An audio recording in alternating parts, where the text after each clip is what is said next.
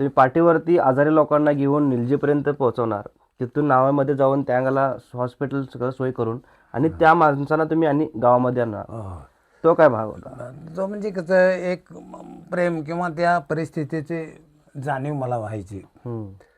आता देवाने एवढं मोठं शरीर दिलं, कुठेतरी कामी लावायचं.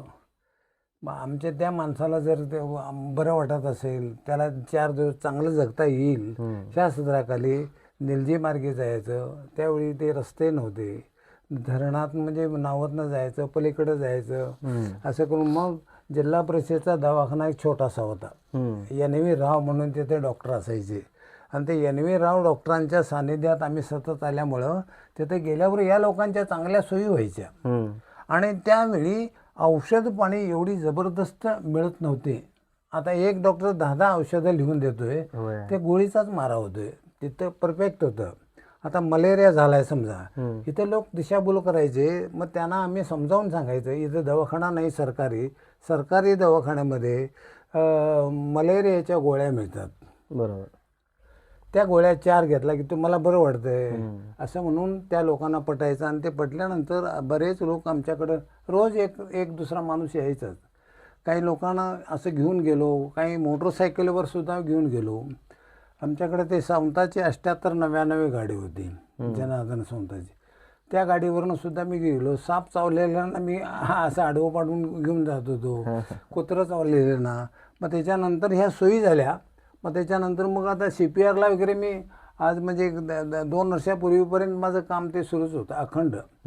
आता कुठेतरी ॲक्सिडेंट झाला तर मग आवर्जून मला सांगायचे लोक आणि तिथे योगाने मी जायचा, त्या लोकांच्या सुविधा पूर्ण करायच्या. मग त्यातनं त्यांना बरं वाटायचं. त्यांना बरं वाटलं की आम्हाला एक आनंद वाटायचा. आणि आनंद वाटला की नाही, त्या लोकांची सेवा केल्यामुळं मी आज या जीवनामध्ये समाजात मानाच्या स्थानानं जगतोय. हे सर्व तुम्ही समाजसेवा म्हणून यापोटी केला ना? समाजसेवा म्हणून, रोगी म्हणजे देव मानूनच आमची सेवा.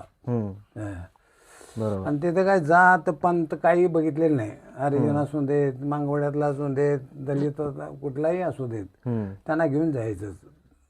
आणि डॉक्टरांना विनंती करून सगळं करून घेऊन यायचं. बरोबर. आणि अनेक लोकांची सेवा केलेली आहे. मला वाटतं हजारो लोकांची आमच्या गावात तरी सेवा केलेली आहे. काही मेंटल हॉस्पिटलला सुद्धा आम्ही घेऊन गेलो. आता मला सांगा की वनीकरणासाठी नागेश चौगुले यांनी उपोषणाचा इशारा दिला होता असं म्हणतात, त्याबद्दल काय सांगता? हां, वनीकरणाच्या उपोषणाचा इशारा का दिला तर काही लोक काय करतात, वरून आदेश दिलेला असतोय, वरची योजना अत्यंत शासनाची चांगली असते, मध्ये त्याला रंगकाम सुरू होते. त्या रंग काढल्यामुळं त्याचे ती भिंग बाहेर पडत असते. आणि 45,000 झाडं लावली आमच्या आता हिटणीच्या क्रॉसपासून, म्हणजे बाळू आजाचं जे खंडाळचं ठिकाण आहे तेथून सामानगडापर्यंत 45,000 झाडं लावली.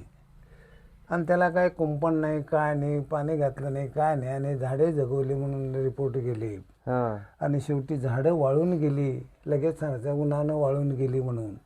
असं करून काही लोकांनी काय केलं, त्यात पार्शिलिटी केली. ते मला कळलं. मग सांगायचा प्रयत्न केला, तू कोण इथला? मी म्हटलं मी गावकरी आहे बाबा, पदाधिकारी लागतोय म्हणाले. मी म्हटलं पदाधिकारी इथे यायला मी दाखवतो तुम्हाला.